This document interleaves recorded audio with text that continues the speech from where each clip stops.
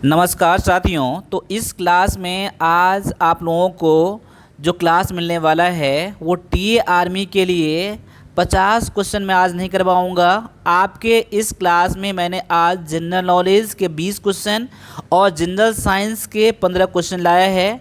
और आज के इस क्लास में मैंने मैथमेटिक्स का क्वेश्चन छोड़ दिया है, तो उसके लिए मैं माफ़ी चाहता हूँ। ठीक है, बाद बाकी ये जो आपके लिए जीके और जीएस है ये तो टीए आर्मी आपको काम आएगा ही आएगा।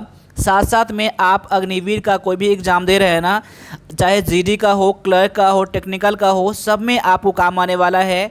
तो आप इस क्लास को लास्ट तक बने रहिएगा और देखिएगा कि इस 35 क्वेश्चन में से कितना क्वेश्चन आप सही करते हैं।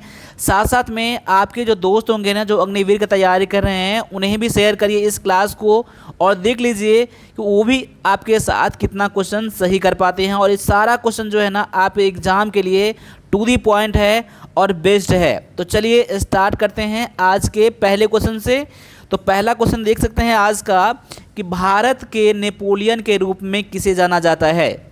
देखिए ये क्वेश्चन जो है ना आप एग्जाम में आ चुके हैं और ये क्वेश्चन मैंने पिछले किसी क्लास मैंने करवा दिया है। मैं उम्मीद करता हूँ कि जितना मैं क्लास करवाता हूँ आप लोगों को, सभी क्लास को आप A to Z देखते हैं। अगर आप सीरियस हैं ना तो आपके लिए ये क्वेश्चन बना लिए होंगे, मुझे पता है। और इसका आंसर जो है, आपका आंसर ऑप्शन नंबर यहाँ पर भी आ जाएगा। समुद्रगुप्त जो हो जाएगा आपका यहाँ पर आंसर आ जाएगा। देखिए समुद्रगुप्त तो आपका आंसर है और इसके बारे में एक दो पॉइंट और भी है जो भी आपके लिए जानना ज़रूरी है। साथ साथ में जो यहाँ पर देख सकते हैं, यहाँ पर चंद्रगुप्त मौर्य है, ठीक है, हर्षवर्धन है, अशोक है। इसके बारे में मैं कुछ ऐसा पॉइंट बताऊंगा जो एग्जाम में पूछे जाते हैं। तो पहले तो इसका आंसर नोट कर लीजिए आप लोग। इसका आंसर ऑप्शन नंबर यहाँ पर बी हो जाता है, समुद्रगुप्त हो जाता है। और इससे रिलेटेड एक पॉइंट और है कि समुद्रगुप्त जो है ना कौन से वंश से संबंध रखता है। समुद्रगुप्त जो है कौन से वंश से संबंध रखता है, तो समुद्रगुप्त जो है ना ये गुप्त वंश से संबंध रखता है। ये भी आप लोग जान लीजिए, ठीक है, ये गुप्त वंश से संबंध रखता है। और इसे जो कहा गया था, नेपोलियन कहा गया था, भारत का नेपोलियन कहा गया था।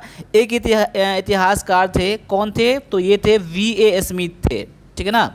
V.A. स्मिथ के द्वारा कहा गया, उनको भारत का नेपोलियन कहा गया। और इनके एक दरबारी कवि थे, इनके एक दरबारी, किसके दरबारी कवि, समुद्रगुप्त के दरबारी कवि थे, जिनका नाम क्या था, तो हरिसेन नाम था। ये भी नोट कर लीजिए, ये भी आप एग्जाम में आता है। हरिसेन, हरिसेन इनके दरबारी कवि थे और उन्होंने ही प्रयाग प्रशस्ति लिखा था। इनके द्वारा क्या लिखा गया है, प्रयाग प्रशस्ति, ठीक है। प्रशस्ति कैसे लिखेंगे हम लोग, ऐसे लिखेंगे प्रशस्ति, ये भी नोट कर लीजिएगा, ठीक है ना। प्रयाग प्रशस्ति जो है ना ये हरिसेन के द्वारा लिखा गया है। और हरिसेन कौन थे, तो समुद्रगुप्त के दरबारी कवि थे, ठीक है ना। अब यहाँ पर अगला पॉइंट देख लीजिए, इसमें से चंद्रगुप्त मौर्य के बारे में देख लीजिए। चंद्रगुप्त मौर्य कौन थे, तो चंद्रगुप्त मौर्य थे ना ये मौर्य साम्राज्य के संस्थापक थे। यहाँ पर मैं नोट कर देता हूँ, यहाँ पर एक बार नोट कर लीजिएगा आप लोग भी, अगर नहीं पता होगा तो। ये थे आपके मौर्य साम्राज्य के क्या थे, संस्थापक थे। नोट कर लीजिएगा, ठीक है ना, संस्थापक थे, मौर्य साम्राज्य के संस्थापक थे, ठीक है। और यहाँ पर हर्षवर्धन के बारे में एक पॉइंट और जान लीजिए। तो हर्षवर्धन कौन थे, तो हर्षवर्धन जो थे ना ये वर्धन वंश के शासक था। कौन था, तो ये कौन से वंश से रखता है, पहला पॉइंट आप जान लीजिए, ये आपका वर्धन वंश से। किस वंश से, तो वर्धन वंश से, ठीक है ना, वर्धन वंश से थे। और इन्हीं के शासनकाल में एक चीनी यात्री था। एक चीनी यात्री कौन था, तो वेनसांग, जानते हैं आप लोग ना, वेनसांग जो आपके एग्जाम में आता है, ठीक है ना। ये वेनसांग इन्हीं के शासनकाल में आया था। और हर्षवर्धन के बारे में एक पॉइंट और है कि इन्होंने कन्नौज को अपनी राजधानी बनाया था। क्या था, कन्नौज को राजधानी बनाया था। एक मिनट, यहाँ पर इसको कन्नौज को राजधानी बनाया था, ठीक है ना। ये भी पॉइंट नोट कर लीजिएगा आप लोग, ठीक है ना। और अशोक जो है ना, अशोक के बारे में जान लीजिए। अशोक कौन से धर्म को अपनाया था और किस युद्ध के बाद, ये भी जान लीजिए। तो अशोक ने ना ये बौद्ध धर्म को अपनाया था। क्या क्या था, बौद्ध धर्म को अपनाया था, ठीक है। और कौन से युद्ध के बाद, ये भी आप एग्जाम में आता है। तो ये कलिंग युद्ध के बाद, कौन से, तो कलिंग युद्ध के बाद उन्होंने, उसमें इतना ज़्यादा नरसंहार हुआ था ना, उसके बाद ठीक है, कलिंग युद्ध के बाद बौद्ध धर्म को अशोक ने अपना लिया था। ठीक है ना। इसमें जितना पॉइंट मैं बताया हूँ ना, थोड़ा टाइम ज़्यादा लगा है, लेकिन आपके लिए सारा पॉइंट जो है ना आप एग्ज़ाम के लिए बहुत ज़्यादा इंपॉर्टेंट हो जाता है। तो एक एक पॉइंट को आप लोग नोट कर लीजिएगा, ठीक है ना। और मेरा क्लास अच्छा लग रहा है ना, तो आप लोग एक बार इसको शेयर ज़रूर करिएगा और लाइक ज़रूर करिएगा, और पहली बार हैं तो सब्सक्राइब ज़रूर करिएगा। साथ साथ में आप वीरपथ का एप्लीकेशन डाउनलोड करके वहाँ से जाकर आप लोग टेस्ट ज्वाइन जरूर कर लीजिएगा, ठीक है ना। चलिए अगले क्वेश्चन में है आज का कि मारो फिरंगी को यह नारा किसके द्वारा दिया गया था। देखिए, मारो फिरंगी को किसके द्वारा नारा दिया गया था, तो ये नारा किसके द्वारा दिया गया था, ये दिया गया था आपको मंगल पांडे के द्वारा दिया गया था। तो आपका आंसर यहाँ पर क्या हो जाएगा, मंगल पांडे आपका यहाँ पर आंसर हो जाएगा, ठीक है ना। अब इसमें से एक पॉइंट और जान लीजिए कि ये नारा कब दिया था, ये नारा कब दिया था। तो 1857 की जब क्रांति हुआ था ना, उनमें उन्होंने, ठीक है, ये नारा दिया था कि फिरंगी को मारो, फिरंगी को, ये नारा दिया था, ठीक है। और साथ साथ में एक पॉइंट इसमें और जान लीजिए इसमें कि आपके यहाँ पर भगत सिंह के द्वारा कौन सा नारा दिया गया था, सुभाष चंद्र बोस के द्वारा कौन सा नारा दिया गया था, महात्मा गांधी के द्वारा कौन सा नारा दिया गया था। मैं सभी तो नहीं बताऊंगा, जो आपको मेन चीज़ बताऊंगा मैं आपको, जो आप एग्ज़ाम में कई बार आते हैं, ठीक है ना। अब यहाँ पर एक पॉइंट और नोट कर लीजिए भगत सिंह के बारे में कि इनकलाब जिंदाबाद, क्या है, इनकलाब, इनकलाब जिंदाबाद, ठीक है। जिंदाबाद किसके द्वारा दिया गया था, ये दिया गया था भगत सिंह के द्वारा। लेकिन यहाँ पर भगत सिंह डायरेक्टली आपका आंसर नहीं होगा। तो देखिए यहाँ पर ओरिजिनली किसके द्वारा दिया गया था, तो ये मौलाना हजरत मोहानी के द्वारा दिया गया था। देखिए इनकलाब जिंदाबाद का जो नारा है ये दिया गया था, यहाँ पर लिख लीजिए, यहाँ पर मौलाना हजरत मोहानी के द्वारा दिया गया था। एक्चुअल में किसके द्वारा दिया गया था ये, तो मौलाना हजरत मोहानी के द्वारा दिया गया था। लेकिन यहाँ पर भगत सिंह के साथ इसका नाम क्यों जुड़ा हुआ है, क्योंकि भगत सिंह ने इस नारा को फेमस किया था, इनके द्वारा ये फेमस, अपने भाषण में वो कई बार इसका जिक्र करते थे, इन्हीं के द्वारा ये फेमस हुआ था। इसीलिए यहाँ पर इनका नाम है इनकलाब जिंदाबाद। और इनके द्वारा एक और नारा दिया गया था, साम्राज्यवाद का नाश हो, किसके द्वारा, भगत सिंह के द्वारा। मैं यहाँ लिख भी देता हूँ यहाँ पर साम्राज्यवाद, ठीक है ना, साम्राज्यवाद का नाश हो, किसके द्वारा दिया गया था, भगत सिंह के द्वारा दिया गया था। अब यहाँ पर सुभाष चंद्र बोस के द्वारा कौन सा नारा दिया गया था, यहाँ पर नोट कर लीजिए, ठीक है। सुभाष चंद्र बोस के द्वारा नारा दिया गया था, तुम मुझे खून दो, तुम मुझे खून दो, मैं तुम्हें आज़ादी दूंगा। आप समझ लीजिएगा, यहाँ पर लिख लीजिएगा आप लोग, तुम मुझे खून दो, मैं तुम्हें आज़ादी दूंगा। ये किसके द्वारा दिया गया था, सुभाष चंद्र बोस के द्वारा दिया गया था। और इन्हीं के द्वारा एक और नारा दिया गया था, जय हिंद का नारा, ठीक है। जय हिंद का नारा किसके द्वारा दिया गया था, तो सुभाष चंद्र बोस के ही द्वारा दिया गया था। अब महात्मा गांधी के द्वारा कौन सा नारा दिया गया था, ये भी जान लीजिए। देखिए यहाँ पर करो या मरो, क्या है, करो या मरो किसके द्वारा दिया गया था, तो महात्मा गांधी के जी के द्वारा दिया गया था। उनके द्वारा एक और आप देख लीजिए, यहाँ पर भारत छोड़ो का नारा किसने दिया था, तो महात्मा गांधी जी ने दिया था। तो यहाँ पर सभी पॉइंट को आप लोग नोट कर लीजिएगा। इसको एक बार मैं फिर से दोहरा देता हूँ, भगत सिंह के द्वारा कौन सा, इनकलाब जिंदाबाद को फेमस किया गया था, लेकिन ओरिजिनली किसके द्वारा ये बोला गया था, लिखा गया था, तो मौलाना हजरत मोहानी के द्वारा लिखा गया था। और इनके द्वारा एक और नारा दिया गया था, साम्राज्यवाद का नाश हो। और सुभाष चंद्र बोस के द्वारा तुम मुझे खून दो, मैं तुम्हें आज़ादी दूंगा, ठीक है। और साथ साथ में जय हिंद का नारा सुभाष चंद्र बोस ने ही दिया था। और मंगल पांडे के द्वारा यहाँ पर मारो फिरंगी को, और महात्मा गांधी के द्वारा क्या दिया गया था, करो या मरो का नारा और भारत छोड़ो का नारा दिया गया था। तो सभी पॉइंट को एक बार आप लोग भी रिवीजन कर लीजिएगा। अब यहाँ पर अगले क्वेश्चन में है यहाँ पर कि जय जवान जय किसान नारे में जय विज्ञान शब्द किसने जोड़ा था। अब देखिए यहाँ पर जय जवान जय किसान का नारा जो है ना आप लोगों ने सुना है और अब पता भी आप लोगों को, लेकिन इस नारे में जय विज्ञान को भी ऐड कर दिया गया था। ये किसके द्वारा किया गया था, ठीक है। अब पहले तो ये देख लीजिए कि जय जवान जय किसान जो है ना, ये नारा दिया गया था लाल बहादुर शास्त्री के द्वारा दिया गया था। किसके द्वारा दिया गया था? यहाँ पर जय जवान जय किसान का नारा किसके द्वारा दिया गया था? मैं यहाँ पर नोट करता हूँ, यहाँ पर एक बार नोट कर लीजिए। ये दिया गया था आपका लाल बहादुर शास्त्री के द्वारा। किसके द्वारा था?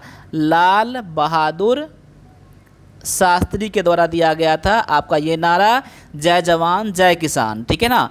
और जय विज्ञान किसने ऐड किया था? तो जय विज्ञान जो ऐड किया गया था ये अटल बिहारी वाजपेयी के द्वारा किया गया था।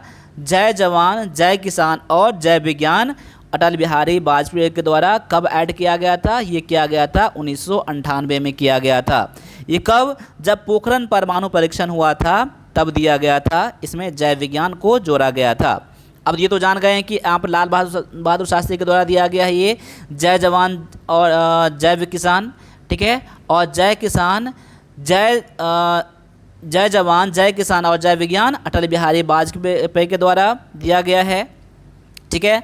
और यहाँ पंडित जवाहरलाल नेहरू के बारे में एक पॉइंट ना जान लीजिए, वह स्वतंत्र भारत के पहले प्रधानमंत्री कौन थे? तो आपका जवाहरलाल नेहरू, पंडित जवाहरलाल नेहरू ही थे। ठीक है ना। और साथ साथ में इंदिरा गांधी के बारे में एक पॉइंट और जान लीजिए। इंदिरा गांधी जो है भारत की पहली महिला प्रधानमंत्री है। भारत की पहली महिला प्रधानमंत्री कौन है? तो इंदिरा गांधी पहली प्रधानमंत्री थी। ठीक है ना। चलिए अगले क्वेश्चन में देखते हैं हम लोग। अगले क्वेश्चन में क्या है कि भारतीय राष्ट्रीय कांग्रेस का विभाजन सूरत स्प्लिट किस वर्ष हुआ था? देखिए भारतीय राष्ट्रीय कांग्रेस का विभाजन बोलिए या कभी कभी आपको सूरत स्प्लिट के नाम से जाना जाता है आप लोगों को। ठीक है ना। तो आपको दोनों में से कोई एक चीज़ आपको बोला जाएगा।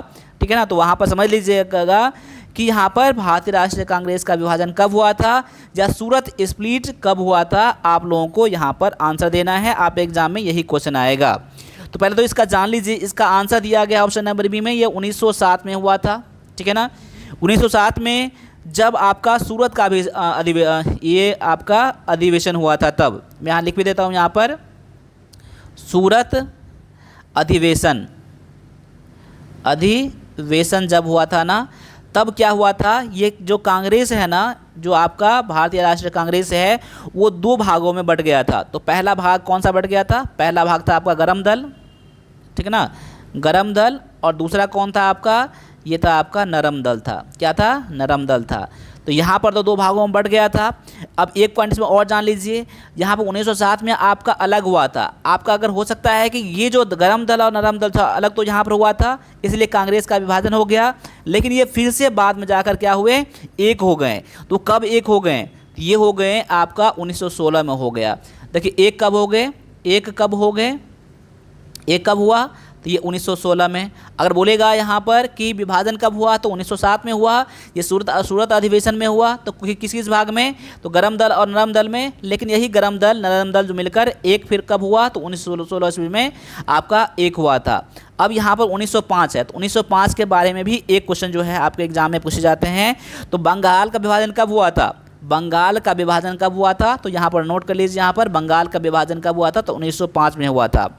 कब हुआ था? तो 1905 में। यहाँ पर लिख देता हूँ, यहाँ पर बंगाल विभाजन, यही आपका क्वेश्चन बन जाता है। यहाँ पर बंगाल विभाजन कब हुआ था? तो 1905 में हुआ था। और 1916 में क्या हुआ था? तो ये आपका कांग्रेस फिर से एक हो गया था। और 1919 के बारे में एक पॉइंट और देख लीजिए, 1919 क्या है? ये जालियांवाला बाग हत्याकांड कब हुआ था? तो यहाँ पर नोट कर लीजिए, यहाँ पर जालियांवाला बाग हत्याकांड, जालियांवाला, ठीक है ना, हत्याकांड, बाग हत्याकांड। ठीक है ना। ये कब हुआ था? तो 1919 में हुआ था। और यहाँ पर एक पॉइंट और है 1919 के बारे में, ये रॉलेट एक्ट। क्या है?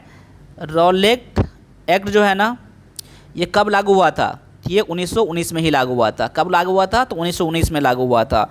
देखिए यहाँ पर सारे पॉइंट को आप लोग क्या कर लीजिएगा ना, आप नोट बना लीजिएगा। और जितना मैं पॉइंट बता रहा हूँ ना, ये आपके एग्जाम से रिलेटेड सारा पॉइंट है। तो यहाँ पर एक एक पॉइंट को आप लोग रिवीजन करिएगा। और ऐसा क्लास जो है ना, आपके शायद ही मिलेंगे आपको, जो इतना ज़्यादा मैं डिटेल में बता रहा हूँ आपको। और जितना डिटेल मैं बता रहा हूँ ना, वो आपके एग्जाम के पॉइंट ऑफ व्यू से बहुत ही बेस्ट है। यानी कि मेरा अगर एक क्लास को इस तरह से देख लेंगे ना, तो आपको 5-6 क्लास के बराबर में आपका यहाँ पर सारा नॉलेज हो जाएगा। तो चलिए अगले क्वेश्चन को भी लगा लीजिए यहाँ पर, बैटल ऑफ हाइडस पास। ठीक है ना, बैटल ऑफ हाइडस पास। देखिए यहाँ पर हाइडस पास याद रख लीजिएगा, यानी कि ये जो युद्ध हुआ था ये किस नदी के किनारे लड़ा गया था। तो बैटल ऑफ हाइडस पास का जो नदी लड़ा गया था, किस नदी पर, ये झेलम के नदी पर लड़ा गया था। तो इस पॉइंट को नोट कर लीजिएगा, ये बहुत पुराने की बात है, ठीक है ना।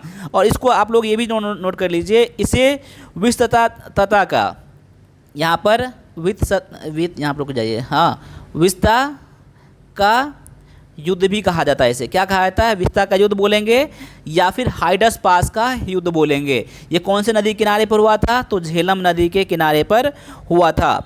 और ये जो हुआ था ना, ये सिकंदर और राजा पोरस के बीच हुआ था। किसके बीच हुआ था, तो यहाँ पर नोट कर लीजिए, यहाँ पर ये सिकंदर और ये राजा पोरस के बीच, सिकंदर और पोरस के बीच हुआ था। किसके बीच, सिकंदर और पोरस के बीच में हुआ था, झेलम नदी के किनारे हुआ था।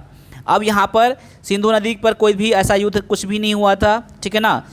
और यहाँ पर चेनाब जो है ना, यहाँ पर चेनाब पर भी नहीं हुआ था और यहाँ पर रावी पर भी नहीं हुआ था, ठीक है ना। चलिए आगे देखते हैं, अगले क्वेश्चन में है कि प्लासी का युद्ध रॉबर्ट क्लाइव और बंगाल के किस नवाब के बीच लड़ा गया था। देखिए प्लासी का युद्ध जो है ना, ये अंग्रेज़ों के लिए बहुत ही फ़ायदेमंद साबित हुआ। इसी के बाद से क्या हुआ ना कि हमारे देश पर उनका कब्जा, उसका अधिकार ज़्यादा बढ़ गया था प्लासी के युद्ध के बाद से। तो उस टाइम कौन थे गवर्नर, तो यहाँ पर रॉबर्ट क्लाइव थे। और रॉबर्ट क्लाइव और बंगाल के कौन से नवाब थे जो उनके बीच में ये युद्ध हुआ था, ठीक है ना, ये लड़ाई हुआ था, ठीक है ना। तो ये बंगाल का जो नवाब था कौन था, तो यहाँ पर सिराजुद्दौला। आपका आंसर ऑप्शन नंबर किस में है, तो यहाँ पर ऑप्शन नंबर सी में दिया गया है। तो आपका आंसर क्या हो जाएगा, ऑप्शन नंबर सी जो है बिल्कुल करेक्ट हो जाएगा, ठीक है ना। यहाँ पर ये कब हुआ था, तो ये हुआ था आपका ये 23 जून 1757 को हुआ था। ये प्लासी का प्रथम युद्ध हुआ था, यहाँ पर आप लोग नोट कर लीजिएगा, ठीक है ना। अब यहाँ पर एक ऑप्शन में है कि मीर जाफ़र। तो मीर जाफ़र कौन था, तो मीर जाफ़र कभी कभी आपके एग्जाम में आएगा। मीर जाफ़र कौन था, ये था आपका सिराजुद्दौला का सेनापति था। मैं लिख देता हूँ यहाँ पर, सिराजुद्दौला का सेनापति कौन था, आपका मीर जाफ़र था। तो मीर जाफ़र कौन था, तो सिराजुद्दौला का आपका सेनापति था, ठीक है ना। और मीर कासिम था कौन था, तो मीर जाफ़र का दामाद था। देखिए तो आप यहाँ मीर कासिम कौन था, तो यहाँ पर इसका क्या था, दामाद था। दामाद किसका था, दामाद था आपका मीर जाफ़र का। किसका, मीर जाफ़र का दामाद कौन था, तो मीर कासिम था, ठीक है ना। और जो बक्सर की लड़ाई में जो ये भी शामिल हुआ था, ठीक है ना। अब यहाँ पर हैदर अली। अब हैदर अली कौन था, तो हैदर अली जो था ना, ये टीपू सुल्तान का पिता था। कौन था, यहाँ पर जानते हैं कि आप लोग सुने होंगे आप लोग, टीपू सुल्तान, ठीक है ना। टीपू सुल्तान का ये पिता था, कौन, तो हैदर अली। तो यहाँ पर सभी पॉइंट को फिर से देख लीजिएगा, बाद बाकी इसका आंसर क्या था, आपका ऑप्शन नंबर यहाँ पर सी हो जाता है, सिराजुद्दौला। आपको इतना डिटेल में आपको आंसर नहीं चाहिए ना, डायरेक्टली पॉइंट टू पॉइंट चाहिए, तो वो भी मुझे बता दीजिएगा कमेंट करके। मैं वैसे ही क्लास बताऊँगा आप लोगों को, ठीक, लाऊँगा आप लोगों के लिए, ठीक है ना। चलिए अगले क्वेश्चन में है कि भारत में पहली बार राष्ट्रीय आपातकाल किस वर्ष घोषित किया गया था। तो भारत में जो आपातकाल यानी कि राष्ट्रीय ना कि नेशनल इमरजेंसी जो है ना, ये कब घोषित किया गया था पहली बार, ठीक है। तो यहाँ पर अपने ऑप्शन में देख लीजिए आपका आंसर यहाँ पर क्या है। तो यहाँ पर जो आपका आंसर हो जाएगा ऑप्शन नंबर यहाँ बी हो जाएगा, 1962 में हुआ था। नेशनल इमरजेंसी जो है ना, ये कब हुआ था पहली बार, तो ये 1962 में हुआ था। 1962 में क्या था, जब भारत और चीन का युद्ध हुआ था। ये भी नोट कर लीजिएगा आप लोग, ठीक है ना। ये भारत और चीन के बीच में युद्ध हुआ था, तब पहली बार भारत में राष्ट्रीय आपातकाल घोषित किया गया था, ठीक है ना। तो यहाँ पर भारत चीन का युद्ध कब हुआ था, तो 1962 में हुआ था। एक बार इसको नोट कर लीजिए। और यहाँ पर आपातकाल से रिलेटेड एक दो पॉइंट और है जो मैं आपको बताना चाहूँगा, जो कि आपके एग्ज़ाम के पॉइंट ऑफ व्यू से बहुत ही ज़्यादा इम्पोर्टेंट है। देखिए आपातकाल जो होते हैं ना इंडिया में, वो 3 टाइप के होते हैं आपातकाल। तो पहला कौन सा होता है, ये तो आपका पहला आपने देख लिया, यहाँ पर राष्ट्रीय आपातकाल होता है। क्या होता है, राष्ट्रीय आपातकाल होता है, ठीक है ना, जिसको कि आप लोग नेशनल इमरजेंसी कहते हैं। पहला तो आपका ये हो गया। दूसरा में आपका हो गया आपका जो राष्ट्रपति शासन होता है, ठीक है ना, जिसे क्या कहा जाता है, प्रेसिडेंट रूल कहा जाता है। यहाँ पर मैं लिखता हूँ यहाँ पर प्रेसिडेंट रूल, ठीक है ना।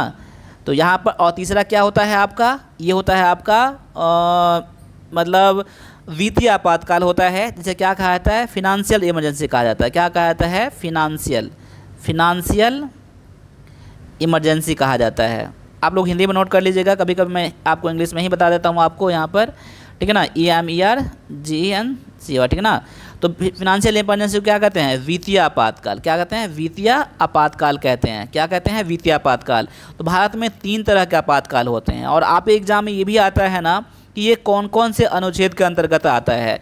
देखिए यहाँ पर राष्ट्रीय आपातकाल, जिसे क्या कहा जाता है, नेशनल इमरजेंसी कहा जाता है, ये आपका आता है अनुच्छेद 352 में आता है। क्या आता है, 352 में आता है। और राष्ट्रपति शासन, ठीक है ना, राष्ट्रपति शासन जो होता है वो 356 के अंतर्गत आता है। किस में आता है, 356, अनुच्छेद 356 के अंतर्गत आता है। और आपका फिनांशियल जो इमरजेंसी होता है, यानी कि वित्तीय आपातकाल जो होता है ना, ये आर्टिकल 360 के अंतर्गत आता है, यानी कि अनुच्छेद 360 के अंतर्गत आता है वित्तीय आपातकाल। अब देखिए यहाँ पर जो हमारा राष्ट्रीय आपातकाल था ना, अभी तक ये ना 3 बार लग चुका है, ठीक है ना, आपका 3 बार लग चुका है। तो कब कब लग चुका है, तो ये भी आप नोट करके रख लीजिएगा, ठीक है ना। और साथ साथ में यहाँ पर 1-2 पॉइंट और जान लीजिए यहाँ पर कि यहाँ पर 1947 में कब हुआ था, ठीक है ना। तो 1947 जो है ना हमारा देश आज़ाद हुआ था, ठीक है ना।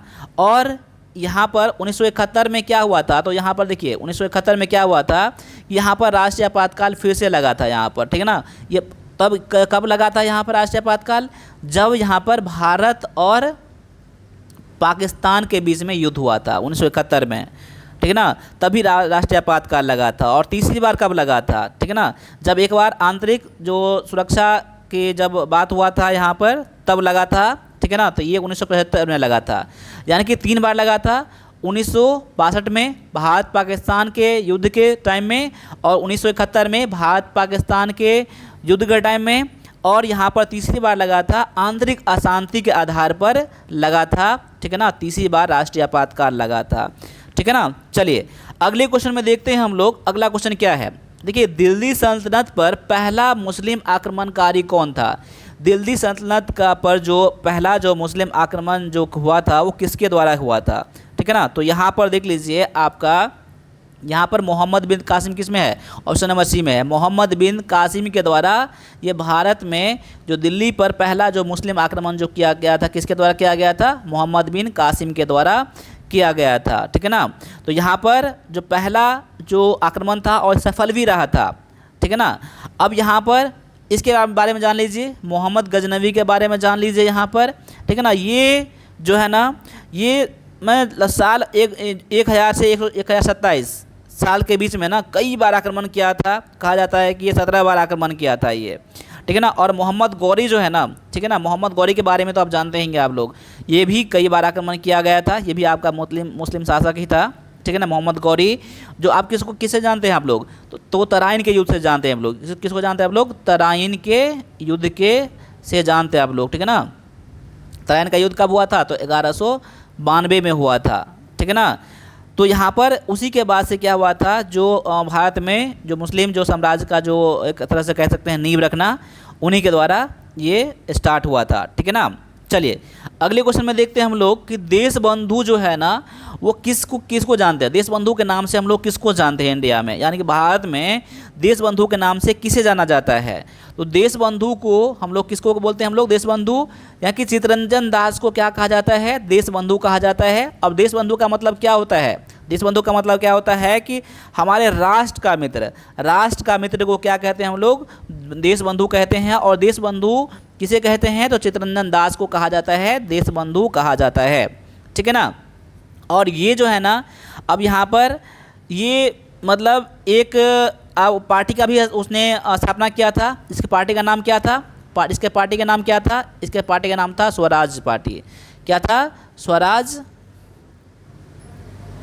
पार्टी, इन्हीं के द्वारा स्थापना किया गया था। और ये किसके साथ मिलकर किया था, तो ये मोतीलाल नेहरू के साथ मिलकर, अकेले नहीं किए थे ये, चित्तरंजन दास और मोतीलाल नेहरू, क्या था, मोतीलाल नेहरू के साथ मिलकर ये स्वराज पार्टी का स्थापना किया था। और देश बंधु इन्हें ही कहा जाता है, ठीक है ना। अब बाल गंगाधर तिलक के बारे में जानते हैं आप लोग। तो बाल गंगाधर तिलक का जो क्या उपनाम है, किस नाम से जानते हैं हम लोग? जैसे देशबंधु के हम लोग चित्तरंजन दास को देशबंधु कहते हैं, बाल गंगाधर तिलक को क्या कहते हैं? तो बाल गंगाधर तिलक को हम लोग क्या कहते हैं? तो लोकमान्य कहते हैं। क्या कहते हैं? लोकमान्य कहते हैं। ये भी आप लोग नोट कर लीजिएगा, ठीक है ना। लोकमान्य के नाम से लोकमान्य बाल गंगाधर तिलक कहते हैं, ठीक है ना। अब यहाँ पर महात्मा गांधी को क्या कहते हैं? महात्मा गांधी को क्या कहा जाता है? तो महात्मा गांधी को जानते हैं आप लोग, राष्ट्रपिता कहा जाता है। क्या कहा जाता है? राष्ट्रपिता कहा जाता है महात्मा गांधी को, और बापू के नाम से भी जाना जाता है महात्मा गांधी को।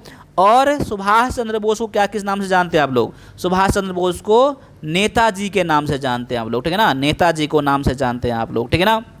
यहाँ पर सभी पॉइंट को नोट कर लीजिएगा आप लोग। कितना अच्छा सा क्वेश्चन आ रहा है यहाँ पर आपके लिए। मैं उम्मीद करता हूँ कि आपको ये क्लास अच्छा लग रहा होगा, आपको फ़ायदा भी ज़रूर होगा इससे, ठीक है ना। तो लोकमान्य किसको कहते हैं? लोकमान्य बाल गंगाधर तिलक, ऐसे आप लोग याद रख लीजिएगा, ठीक है ना।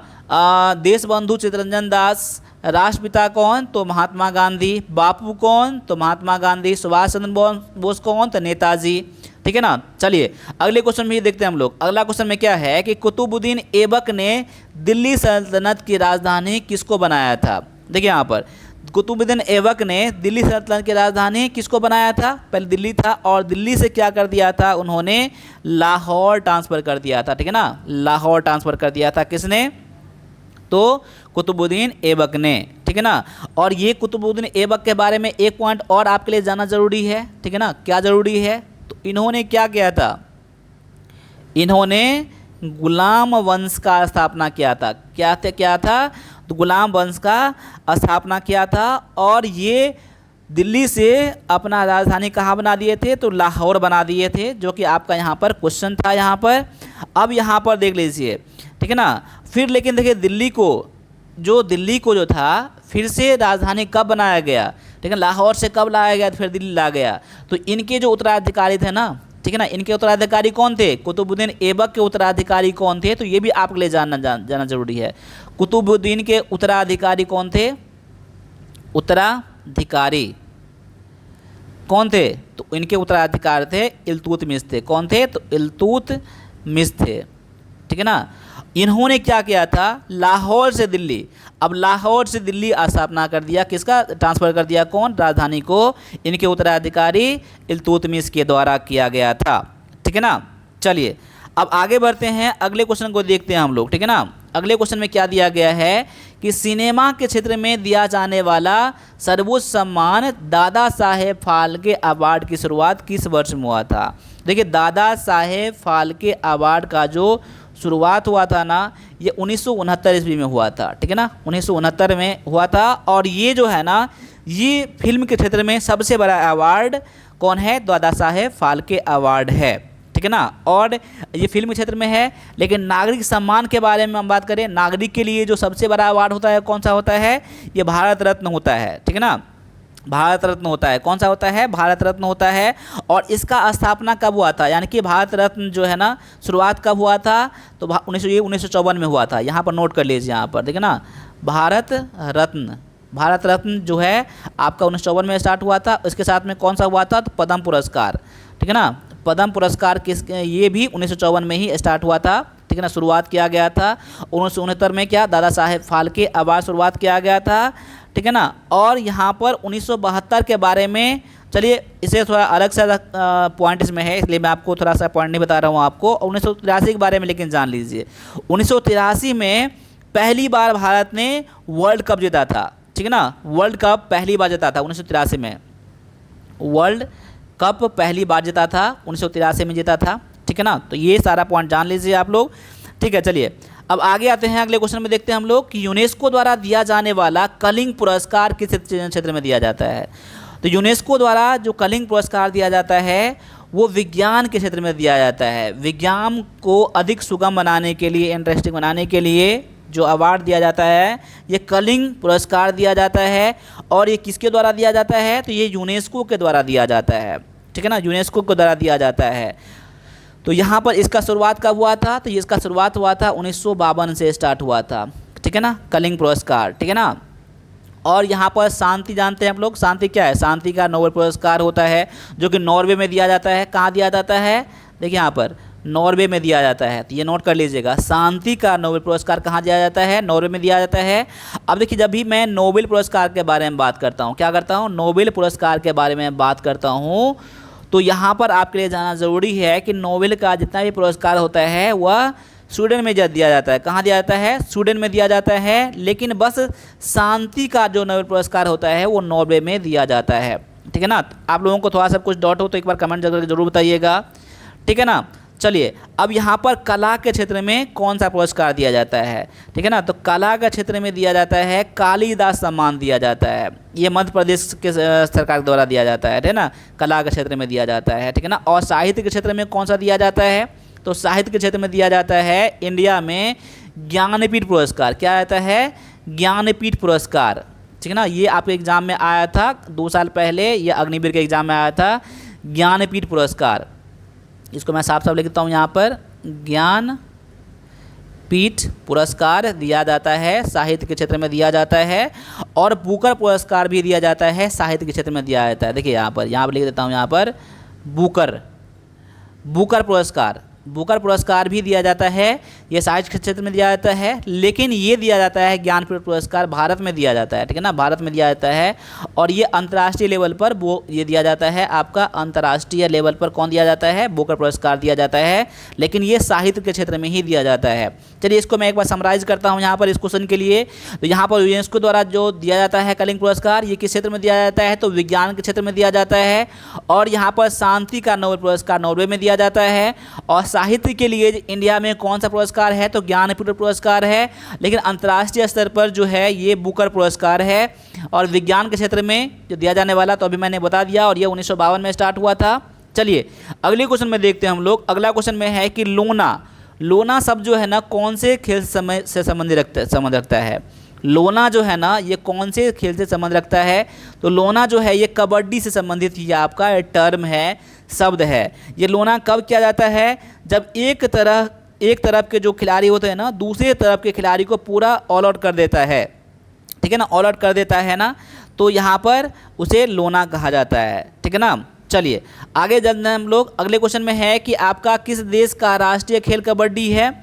कौन से देश का राष्ट्रीय खेल कबड्डी है? तो यहाँ पर बांग्लादेश का राष्ट्रीय खेल कबड्डी है। ऑप्शन नंबर आपका यहाँ पर डी हो जाएगा। ठीक है ना? अब नेपाल का क्या है? नेपाल का राष्ट्रीय खेल क्या है? तो नेपाल का राष्ट्रीय खेल क्या है? तो वॉलीबॉल है। क्या है? वॉलीबॉल। वॉलीबॉल किसका खेल है? राष्ट्रीय खेल। तो वॉलीबॉल नेपाल का राष्ट्रीय खेल है। और श्रीलंका का भी राष्ट्रीय खेल क्या है? तो वॉलीबॉल ही है। ये भी आप लोग जान लीजिएगा। ठीक है ना? वॉलीबॉल क्या है? तो श्रीलंका का भी राष्ट्रीय खेल है। और भूटान का राष्ट्रीय खेल है, तो भूटान का राष्ट्रीय खेल क्या है? तीरंदाजी है। क्या है? तीरंदाजी है। ठीक है ना? और बांग्लादेश का तो भी मैंने बता दिया है, कबड्डी है यहाँ पर, कबड्डी। ठीक है ना? यहाँ पर इसको थोड़ा सा इरेज कर देता हूँ। यहाँ पर ये आपका कबड्डी ऐसे। ठीक ना? तो कबड्डी किसका है? बांग्लादेश का। श्रीलंका का वॉलीबॉल, और नेपाल का भी वॉलीबॉल, और भूटान का क्या है? तीरंदाजी है। और इंडिया का राष्ट्रीय खेल क्या है? यानी हमारे देश का, यानी कि भारत का राष्ट्रीय खेल क्या है? एक बार आप लोग कमेंट करिए इस क्वेश्चन के लिए। ठीक है ना? कमेंट करिए। और साथ साथ अभी तक आपने लाइक नहीं किया है ना, तो लाइक ज़रूर करिएगा इस क्लास को। अगर आपको अभी तक जो मेरा क्वेश्चन अच्छा लग रहा है और भी कुछ इम्प्रूवमेंट की ज़रूरत है तो एक बार आप लोग मुझे कमेंट करिएगा, और भी कौन सा क्लास चाहते हैं। चलिए अगले क्वेश्चन में यहाँ पर दिया गया है आपका कि भारत में सबसे ज़्यादा वन किस राज्य में पाया जाता है? तो भारत में सबसे ज़्यादा जो वन पाया जाता है ये मध्य प्रदेश में पाया जाता है। इंडिया में कहाँ पाया जाता है? तो मध्य प्रदेश में सबसे अधिक वन पाया जाता है। ठीक है ना? और यहाँ पर उसके बाद जो है ना ये अरुणाचल प्रदेश, यानी मध्य प्रदेश के बाद अरुणाचल प्रदेश में सबसे अधिक, यानी पहले नंबर पर आपका मध्य प्रदेश और दूसरे नंबर पर क्या है? तो आपका अरुणाचल प्रदेश में वन पाया जाने वाला। ठीक है ना? और यहाँ पर एक चीज़ और जान लीजिए असम के बारे में। असम के बारे में क्या? असम जो है ना किसके लिए फेमस है? तो चाय के बागान के लिए। किसके लिए फेमस है? तो चाय बागान के लिए फेमस है आपका असम। ठीक है ना? और असम में ही क्या है? एक असम में जो आपके एग्जाम में आते हैं ना, काजीरंगा राष्ट्रीय उद्यान, जानते हैं ना? काजीरंगा राष्ट्रीय उद्यान क्या है? राष्ट्रीय उद्यान कहाँ पर है? ये असम में ही है। ठीक है ना? तो ऑप्शन नंबर आपका यहाँ पर जो सबसे अधिक ज़्यादा वन वाला राज्य था वो कौन था, तो मध्य प्रदेश आपका यहाँ पर आंसर है। चलिए अगले क्वेश्चन में है कि किस ग्रह को सुबह का तारा कहा जाता है, कौन से ग्रह को सुबह का तारा कहा जाता है, तो ये कहा जाता है आपका शुक्र को कहा जाता है, यानी कि वीनस को कहा जाता है, ठीक है ना। ऑप्शन नंबर आपका यहाँ पर बी हो जाता है, यानी सुबह का तारा बोले या शाम का तारा बोलें तो शुक्र को कहा जाता है, ठीक है ना। और मंगल ग्रह को क्या कहा जाता है, तो लाल ग्रह कहा जाता है, क्या कहा जाता है, लाल ग्रह कहा जाता है, यानी कि रेड प्लैनेट क्या है, रेड प्लैनेट किसको कहा जाता है, तो यहाँ पर मंगल ग्रह को कहा जाता है। साथ साथ में शनि ग्रह क्या है, शनि ग्रह एक बार आप लोग कमेंट करिएगा।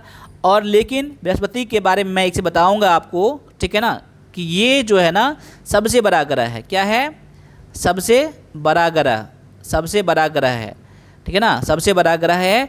लेकिन सबसे छोटा की बात करता हूँ तो सबसे छोटा कौन सा ग्रह है, एक बार आप लोग कमेंट जरूर करिएगा, ठीक है ना, सबसे छोटा ग्रह के बारे में।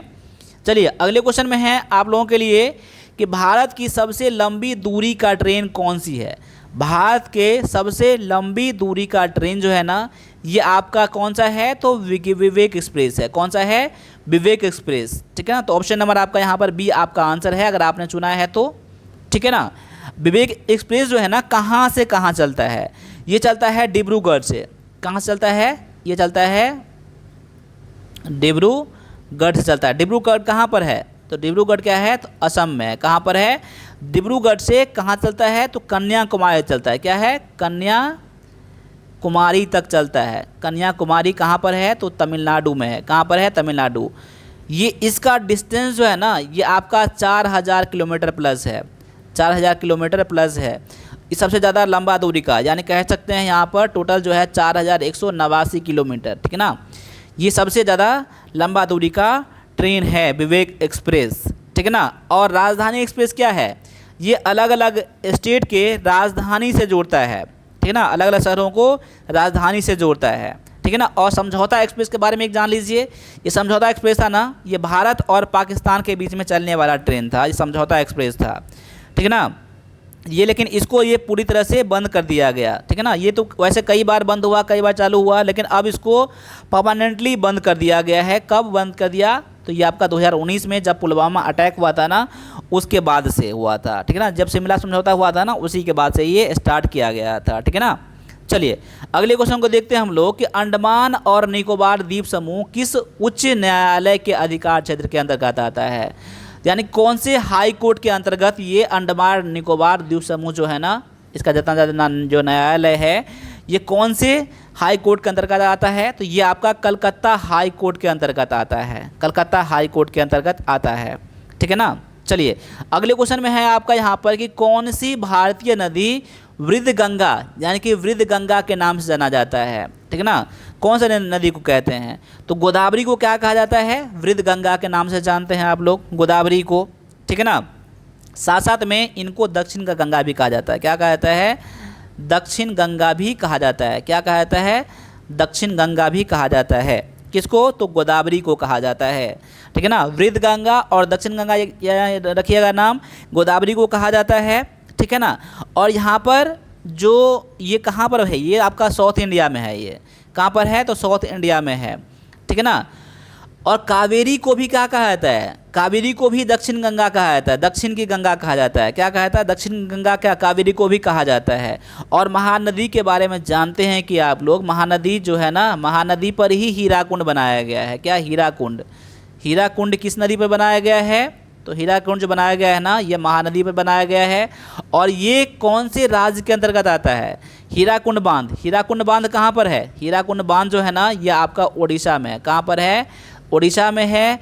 और महानदी पर बनाया गया है ये, तो ये आप एग्जाम में कई बार पूछ लिए गए हैं, ठीक है ना। चलिए अगले क्वेश्चन में आपका है कि श्रीलंका का प्राचीन नाम क्या है, श्रीलंका का पुराना नाम क्या है, ठीक है। तो श्रीलंका का पुराना नाम देख लीजिए, यहाँ पर आपका आंसर हो जाएगा ऑप्शन नंबर यहाँ पर सी हो जाएगा, सिलोन जो है ना आपका यहाँ पर करेक्ट आंसर हो जाएगा, सिलोन, ठीक है ना।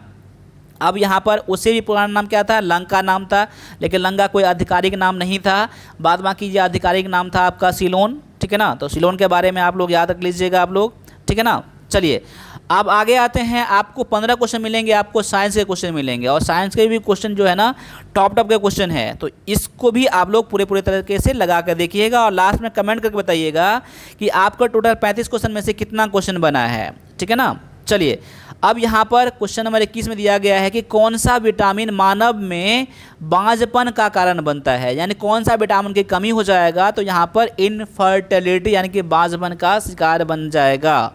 जैसे कि उस विटामिन को प्रजनन का क्या कहा जाता है, प्रजनन वाला विटामिन कहा जाता है। ठीक है ना। तो कौन सा विटामिन है, तो ये विटामिन है आपका विटामिन ई है, यानी कि ऑप्शन नंबर आपका क्या हो जाएगा, सी हो जाएगा। विटामिन ई जो है ना आपका ये यानी कि बांझपन यानी कि विटामिन सी यानी कि प्रजनन वाला विटामिन कहा जाता है। और इसका रासायनिक नाम क्या है ये भी जान लीजिए आप लोग। मैं यहाँ लिख देता हूँ, यहाँ पर रासायनिक नाम क्या है इसका, रासायनिक नाम क्या है इसका, तो इसका नाम है आपका टोकोफेरोल। क्या है, टोकोफेरोल, ऐसा याद रखिएगा। ठीक है ना, टोकोफेरोल याद रख लीजिएगा, इनका रासायनिक नाम है विटामिन ई का। अब विटामिन सी के बारे में जानते हैं आप लोग। विटामिन सी की कमी से क्या होता है, स्कर्वी होता है, यानी विटामिन सी की कमी हो जाएगा तो क्या बन जाएगा, क्या हो जाता है, कौन सा रोग होता है, ये होता है आपका स्कर्वी होता है। और इनका भी नाम जान लीजिए आप लोग, इनका विटामिन सी का जो रासायनिक नाम होता है ना वो एस्कॉर्बिक एसिड होता है। क्या होता है, एस्कॉर्बिक एसिड होता है। ठीक है ना, इसको भी जान लीजिए आप लोग। ठीक है ना, ये भी आप एग्जाम में आते हैं, यानी कि एस्कॉर्बिक एसिड को विटामिन सी को क्या कहा जाता है, एस्कॉर्बिक एसिड भी कहा जाता है। और विटामिन ई को क्या कहा जाता है, टोकोफेरोल कहते हैं। और विटामिन B1 को, विटामिन B1 की कमी से कौन सा होता है, विटामिन बी की कमी से होता है बेरी रोग होता है। क्या होता है, बेरी रोग होता है। और इनका भी एक रासायनिक नाम है। ठीक है ना, तो क्या नाम है इसका, थियामिन। क्या है, तो थियामिन इसका रासायनिक नाम है। तो यहाँ पर साफ लिख लीजिए, यहाँ पर लिख देता हूँ, यहाँ पर थियामिन यानी कि विटामिन B1 और विटामिन के कमी से क्या होता है। ठीक ना, विटामिन के की कमी से रक्त का थक्का जमने में उसका हेल्प करता है। ठीक है ना, थक्का जमने में देरी होता है, यानी विटामिन के जब जितना अधिक रहेगा ना तो उतना रक्त का थक्का बनेगा, और कमी रहेगा तो क्या उतना थक्का जल्दी नहीं बनाएगा। रक्त का थक्का बनने के लिए जिम्मेदार कौन सा होता है, तो विटामिन के होता है। ठीक है ना। चलिए इसको फिर से देख लीजिए, यहाँ पर बांझपन यानी कि फर्टिलिटी वाला, ठीक है ना, प्रजनन वाला विटामिन कौन सा है, तो विटामिन ई है, और इसको टोकोफेरोल कहा जाता है, रासायनिक नाम इसका ये है। और विटामिन B1 की कमी से बेरी रोग होता है, और ये थियामिन क्या है, उसका रासायनिक नाम है। और विटामिन सी जो है ना, विटामिन सी की कमी से कौन सा होता है, तो स्कर्वी होता है, और यहाँ पर इसको एस्कॉर्बिक एसिड कहा जाता है। और विटामिन के की कमी से क्या होता है, रक्त का थक्का बनने में देरी होता है। ठीक है। चलिए अगले क्वेश्चन में है कि मानव शरीर की सबसे बड़ी ग्रंथि कौन सी है। तो मानव शरीर का सबसे बड़ी ग्रंथि जो है ना ये आपका है लीवर। ऑप्शन नंबर आपका यहाँ पर सी हो जाएगा। ठीक है ना। और लीवर के बारे में जानते हैं लोग, सबसे बड़ा ये ग्रंथि है। ठीक है ना। और यहाँ पैनक्रियाज जो है ना, पैनक्रियाज में ही क्या बनता है, इंसुलिन बनता है। क्या बनता है, इंसुलिन का उत्पादन कहाँ से होता है, पैनक्रियाज से ही होता है। ठीक है ना। चलिए अगले क्वेश्चन को भी देख लेते हैं हम लोग कि लाल रुधिर कणिकाओं का जीवन काल कितने दिनों का होता है, यानी RBC, यानी लाल रुधिर कोशिका भी कह सकते हैं हम लोग। क्या कहते हैं, कोशिका भी याद रख लीजिएगा, कणिका भी कहते हैं। लाल रुधिर कोशिका जैसे कि रेड ब्लड सेल कहते हैं, उनका जो जीवन काल होता है, उनका लाइफ कितने दिनों का होता है, इनका लाइफ होता है 120 दिनों का होता है। ठीक है ना। चलिए अगले क्वेश्चन में है कि विटामिन सी का रासायनिक नाम क्या है। अब देखिए आपके सामने में क्वेश्चन भी आ गया, विटामिन सी का रासायनिक नाम क्या है। तो विटामिन सी का जो रासायनिक नाम है अभी आपने देखा था, एस्कॉर्बिक एसिड। क्या है, एस्कॉर्बिक एसिड। और विटामिन आपका कौन से विटामिन को थियामिन कहते हैं, इसका तो पहले आंसर क्या था, ऑप्शन नंबर यहाँ पर डी है। एस्कॉर्बिक एसिड को क्या कहते हैं, विटामिन सी कहते हैं, विटामिन सी है। ठीक है ना। और यहाँ पर थियामिन जो है ना, ये थियामिन किसका है, तो थियामिन B1 के बारे में बताया था हमने। विटामिन बी, विटामिन क्या है, तो बी के बारे में क्या है, आप B1 के बारे में थियामिन कहते हैं। और यहाँ पर कैल्सीफेरोल के बारे में नहीं बताया था आपको। ठीक है ना। और रेटिनॉल के बारे में नहीं बताया था आपको। ठीक है ना। तो कैल्सीफेरोल को क्या कहते हैं, vitamin D, vitamin D, vitamin D को कहते हैं। और रेटिनॉल क्या है, तो विटामिन आपका ए, ठीक है ना, यहाँ पर विटामिन ए जो है ना ये आपका रेटिनॉल कहते हैं। कैल्सीफेरोल को विटामिन डी कहते हैं। और थियामिन को क्या कहते हैं, विटामिन B1 कहते हैं। और एस्कॉर्बिक एसिड को विटामिन सी कहते हैं, ठीक है ना। आप लोगों को ये भी जानना जरूरी है कि इसमें की कमी से कौन कौन सा रोग होता है, आप लोगों को वैसे कुछ पता भी होगा। चलिए अगले क्वेश्चन को देख लेते हैं फिर से एक इसको। इंसुलिन नामक हार्मोन का उत्पादन कौन सी ग्रंथि करता है। देखिए अभी मैंने जस्ट बताया था आपको इसी तरह का क्वेश्चन। यहाँ पर 25 नंबर का क्वेश्चन जो आपका हो जाएगा, आपका आंसर अभी आपको बताया था ऑप्शन नंबर बी में दिया गया था। तो पैनक्रियाज के बारे में बताया था मैंने ना, अग्नाशय के बारे में। ऑप्शन नंबर यहाँ पर बी जो है ना आपका यहाँ पर आपका आंसर हो जाता है, ठीक है ना। चलिए अगला है कि रिकेट्स नामक बीमारी किस विटामिन की कमी से होता है। तो रिकेट्स नामक जो विटामिन जो होता है ये होता है विटामिन डी की कमी से होता है। तो विटामिन डी को क्या कहते हैं, अभी आपने कहा था ना कैल्सीफेरोल, ठीक है ना। तो कैल्सीफेरोल उसका रासायनिक नाम है, ठीक है ना। बाद बाकी विटामिन B1 के बारे में मैंने बता दिया है, इस कमी से क्या होता है, इस कमी से क्या होता है, इसका रासायनिक नाम क्या है, इसका रासायनिक नाम क्या है। एक बार आप इसको रिवीजन करके देख लीजिए कि आपको अभी तक में पता है या नहीं है, ठीक है ना। विटामिन ए की कमी से मैंने नहीं बताया था, रतौंधी होता है। रतौंधी किसी कमी से होता है, तो विटामिन ए की कमी से होता है, ठीक है ना। चलिए आगे आ जाइए, अगला क्वेश्चन में है कि ड्राई आइस का रासायनिक नाम क्या है। ड्राई आइस का जो रासायनिक नाम है ना ये आपका है कार्बन डाइऑक्साइड। किस में है, तो ऑप्शन नंबर ये बी में है, सी में है, कार्बन डाइऑक्साइड। याद रख लीजिएगा, सॉलिड कार्बन डाइऑक्साइड इसका रासायनिक नाम है, ठीक है ना। चलिए आगे देख लीजिए, भविष्य का ईंधन किसे कहा जाता है। तो भविष्य का ईंधन कहा जाता है हाइड्रोजन को। हाइड्रोजन है ऑप्शन नंबर बी में, आपका आंसर यहाँ पर हो जाता है। अब अगले क्वेश्चन को भी देख लेते हैं हम लोग कि नाइट्रस ऑक्साइड को क्या कहा जाता है, किस नाम से जानते हैं आप लोग। N2O को किस नाम से जानते हैं, तो नाइट्रस ऑक्साइड को कहा जाता है लाफिंग गैस कहा जाता है। हंसने वाली गैस कौन सा है, हास्य गैस कौन सा है, तो नाइट्रस ऑक्साइड ऑप्शन नंबर आपका ये बी में दिया गया है। चलिए आगे है आपका प्याज और लहसुन में मौजूद गंध किस तत्व के कारण से होता है। देखिए प्याज में लहसुन में जो गंध निकलता है ना, ठीक है ना, वो कौन से किसके कारण से होता है, ये सल्फर के कारण से होता है। तो ऑप्शन नंबर आपका सी यहाँ पर आंसर हो जाता है। अगले क्वेश्चन में है कि पानी के भीतर जलमग्न वस्तुओं का पता लगाने के लिए किस तकनीक का उपयोग किया जाता है।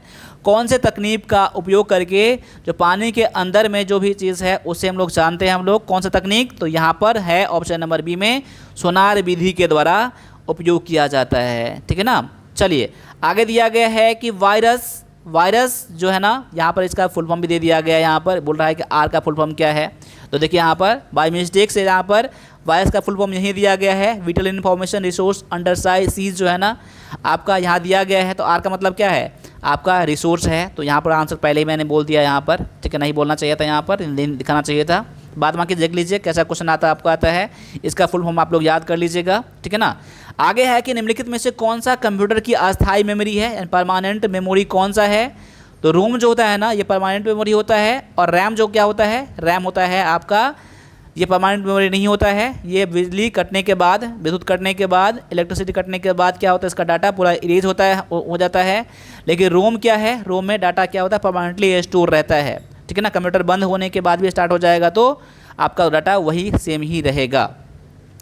आगे है कि MS ऑफिस में हाइपर लिंक डालने के लिए कौन से कुंजी का उपयोग करते हैं। तो हाइपर लिंक डालने के लिए यूज़ क्या आता है, कंट्रोल+ में के यूज़ करते हैं, तो ये आपका हाइपर लिंक खुल जाता है, ठीक है ना। आगे है कि पहला स्वदेशी भारत में बना हुआ कंप्यूटर कौन सा है। तो भारत में सबसे पहला जो कंप्यूटर बना हुआ है ना, ठीक है ना, ये बना हुआ है सिद्धार्थ बना हुआ है। तो ऑप्शन नंबर आपका यहाँ पर बी आज आपका आंसर हो जाता है, ठीक है ना। आप लोग इसको याद कर लीजिएगा, परम के बारे में मत जान लीजिएगा, ठीक है ना। परम क्या है, सुपर कंप्यूटर है। परम क्या है, पहला सुपर कंप्यूटर कौन सा है इंडिया का, तो ये परम है। लेकिन पहला कंप्यूटर के बारे में यहाँ बोला गया था, तो सिद्धार्थ आपका यहाँ पर करेक्ट आंसर हो जाता है। तो अभी मैंने 35 क्वेश्चन करवाया है, और 35 क्वेश्चन करने के साथ साथ कितना ज़्यादा आपको क्वेश्चन क्लियर हो गया होगा ये आप लोग खुद जान गए होंगे। तो आपको इस तरह से तैयारी करना है जैसे मैंने बताया है। और आपको फिर से अच्छा लगा है ना, तो एक बार कमेंट करके ज़रूर बताइएगा क्लास कैसा लगा आपको। साथ साथ में आप लोग वीरपथ का एप्लीकेशन भी डाउनलोड कर लीजिएगा, ठीक है ना। चलिए आगे आ जाइए। यहाँ पर अभी अगले क्लास में मिलते हैं आप लोग मैथ के साथ, और साथ में पूरा फुल सेट के साथ मिलेंगे हम लोग। तो अभी के लिए इतना ही रहने दीजिए, मिलते हैं अगले क्लास में। तब तक सभी से एक बार फिर से जय हिंद, जय भारत।